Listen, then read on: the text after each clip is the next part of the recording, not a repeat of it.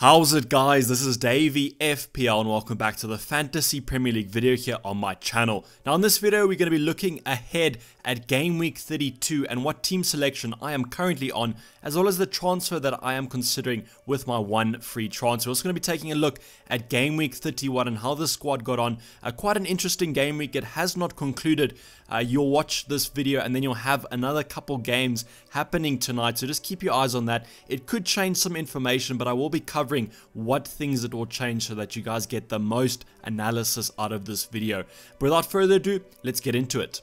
So the deadline with Dayvy this weekend, I think the deadline is on Saturday afternoon or Saturday morning, wherever you are in the world. But I can't 100% confirm that we're going to be having a deadline with Dayvy this game week. It's just quite a hectic weekend for me at the end of this semester, so I won't be guaranteeing that we will be having a live stream. I will obviously try if we do, but otherwise I'll be just posting the lineup to my Twitter page at DayvyFPL. So drop a follow to that and also put those tweets on notification. But I'm sure in the coming game weeks we'll be having lots of deadline with Davies, so don't be too sad about that. So game week 31, as I said, we've had quite a good game week. Currently we're on 77 points. Following this, we'll be talking about what the squad actually did and where those points came from, but I thought that this was a nice introduction to the game week. So currently we're sitting on an overall rank just above that 5k mark, so 5.2k, very respectable. I am expecting it to go down depending on the fixtures that happen tonight. If Arsenal do get a clean sheet, we could be looking quite good there, but otherwise I'm pretty sure that the Man City options are going to do quite well, so I am expecting that rank to go down, and as always I will update you on that rank, whether it be on Twitter or in the comments down below. So where those points came from, so I spoke about there's two players left to play. I've got Kevin De Bruyne against Chelsea. Should be a good fixture for Kevin De Bruyne. I don't know if you can remember, but he scored that banger in the reverse fixture early on in the season, so I'm expecting big things from him, and I'm pretty sure that Man City will be going full strength tonight. And then obviously Martinez for the injured Leno, probably going to be starting in goal for Arsenal against Southampton. Now a lot of people own the likes of Danny Ings, so I don't think I can expect a clean sheet in this one. I think Southampton have been playing quite well and Arsenal have been playing terribly, so everything on paper leads towards a Martinez 2-pointer, so I'm just hoping he can maybe get some save points here. But the rest of the squad did quite well. As you can see, that defense, we've got returns from every single player there, a triplet of sixes from Doherty, Aurier and Saiss, and then obviously you know Alexander-Arnold got that clean sheet and a free kick goal, played really well. Overall I thought Liverpool were red hot. They really look like they want to wrap up that title wins, so Alexander-Arnold got a nice double-digit return. And then we have Heung-min Son. I was a little bit disappointed in Heung-min Son just because of his 6 points, and then even more disappointed when I saw that he got a goal ruled out because he was offside. Now it did look offside even though it was just, so I can't really complain too much there, but if he did get that goal, Son would have gone on for a mega haul, and I am happy that he was playing quite well, and Spurs played better against West Ham, as obviously I do own 2 of their players. I'll be talking about the Manchester United options now, Fernandes and Rashford. Obviously, a lot of you guys opted for the Fernandes captain if you didn't go for Raul Jimenez. So Fernandes just with a 3-point appearance, but apparently he was all around the box, played quite a good game. Overall, Manchester United looked really good, so the player to own there was Martial. He went and scored a hat-trick, but if he continues to play at that centre forward position, I think that he's going to be someone that we're looking to bring in. Rashford also with a nice 9 points. I think he got 2 assists there. No goal for him this one, but he did have a couple of price rises, so really happy that I stuck with him over the likes of Calvert-Lewin. If you remember in that deadline stream, that was kind of my dilemma, Rashford or Calvert-Lewin, so I'm happy that I went with Rashford, and I'm pretty sure with those upcoming fixtures are going to repay us in a lot of FPL points. Sadio Mane also nicking a goal there. Obviously Salah came out the better option to own there. Weirdly, he didn't get any bonus points, whereas Mane got 2, I think. So Mane, I'll be talking about him with my transfers. He's probably going to be on the chopping block, not because he had a relatively bad game, just because I don't really favor that Man City fixture. Then up top, Raul Jimenez with a lovely 18 points, a 9 double there because of the captaincy.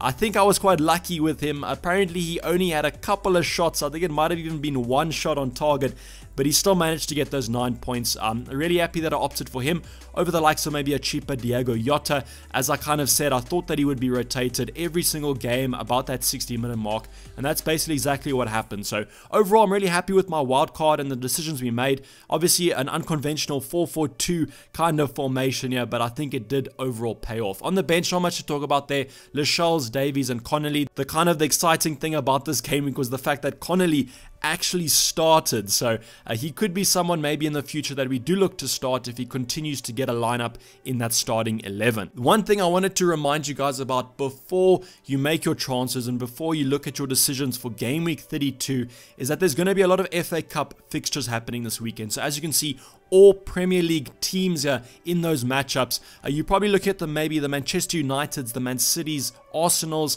A couple of people own the likes of Jamie Vardy against Chelsea. So I'm expecting the teams to play full strength for these squads because it is quite a latter stage in the FA Cup and quite a lot is on the line. So for a lot of these clubs, not much to play for. They're mostly playing for top 4 and then for the FA Cup. So this is really the last chance for silverware for some of these clubs. So I do expect them to go full strength. So just keep your eyes on that. I do think though that they're going to have the same rest time between the FA Cup game and their Premier League game compared to the sides that have a Premier League game earlier on in the game week. So that's not too much to think about there. I don't think we can think about too much rotation than we're already expecting from the likes of Man City. But I wanted to remind you guys about this as we could see some sides maybe be a little bit more tired as they've played more minutes over the week, or we could maybe just see 2 full strength sides over the FA Cup and their Premier League game and they go score a massive amount of points. So just keep this in mind when you're making your decisions. So the transfer I will be making probably for this game week 32. I haven't made it yet because I am waiting for the fixtures tonight. I do think that the fixtures tonight could tell a little bit. I think Man City will play full strength against Chelsea, and if they do end up dropping points, obviously that means Liverpool get the title.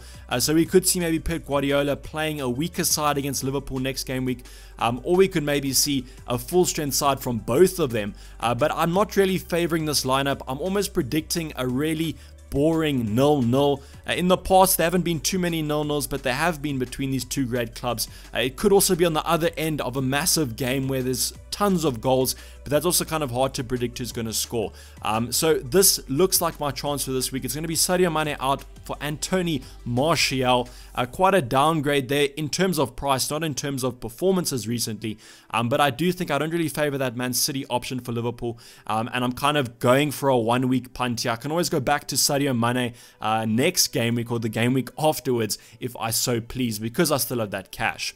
But this does look like the transfer. So the starting lineup obviously just takes Sadio Mane out and put Anthony Martial in. I don't think that's going to change my captaincy decision too much because I'm then tripling up on the Man United options. And what I usually like to do is if I'm tripling up or doubling up on a side, I don't usually like to captain the player because that's kind of putting all your eggs in one basket.